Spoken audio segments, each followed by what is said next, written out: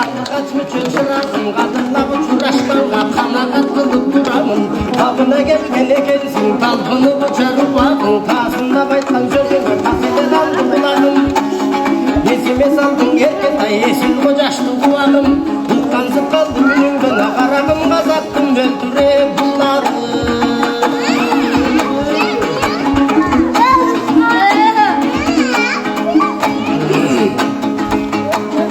Şılacın kalasın buna kavuşun. Жылулығын білгізген, жақшылапқан адамдың жанына қуат кіргізген, тоқлап қалған жүректі тоқтаусыз қайра жүргізген. Көңілінде ашылған ат елі ұшуге сен кімсің?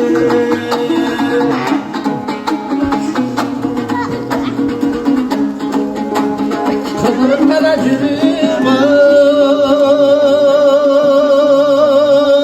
көп көрдім. Сұлусың қазақ қырғыздың, шанылы тойға тұш кеткен шамалы белең нұр қыздың. Же болбосоң айлы маңа ташып düşкен аспаннан, қарағым жарығысың міңе жылдыздың.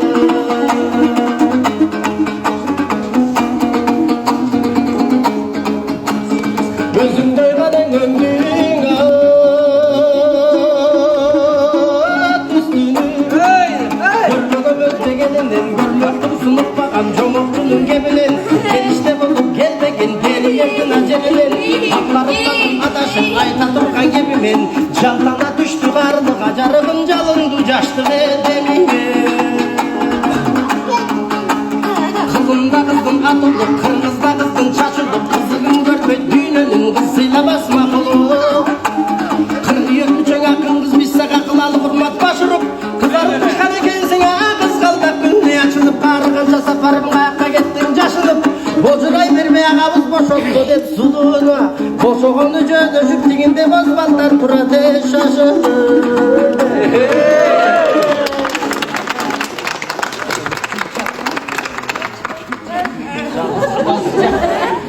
Anne